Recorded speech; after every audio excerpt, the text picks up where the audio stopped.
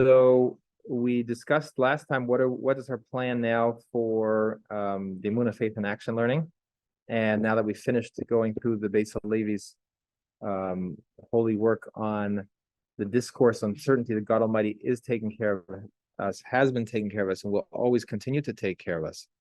And what I noticed at the back was the printing of this particular edition that we've been using over here.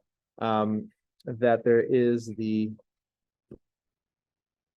printing of from Chronicles 2, chapter 20, Divrei Yomim. This is the incredible, miraculous events of Jehoshaphat, the king.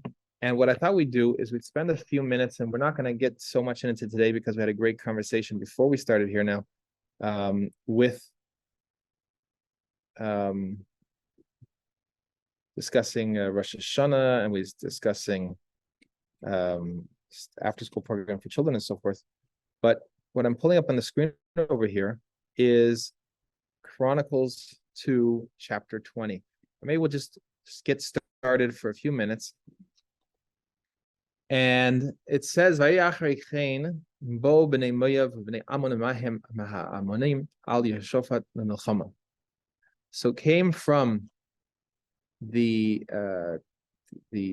children of Moab, children of Ammon, and some of the Ammonites came against the King Jehoshaphat to wage war.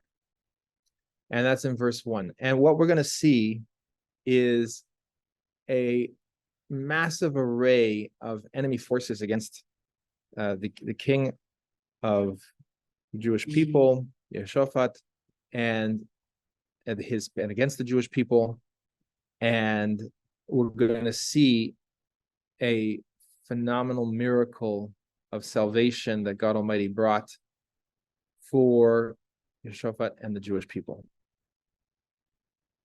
So that's the base of the Yavo v'yagidu leYehoshaphat leimor ba'al alecha hamon rav me'ever yam me'arom v'hine b'chatzayin tamar hi ein gedi.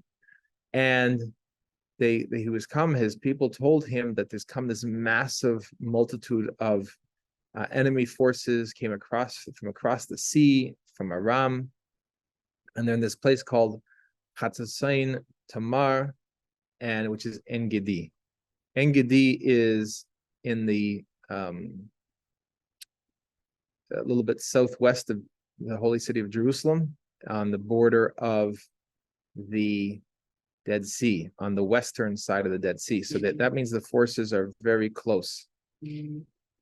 And it says, V'yero yiten Yehoshaphat es panav l'drosh l'Adonai v'yikrat tzoim al kol Yehuda.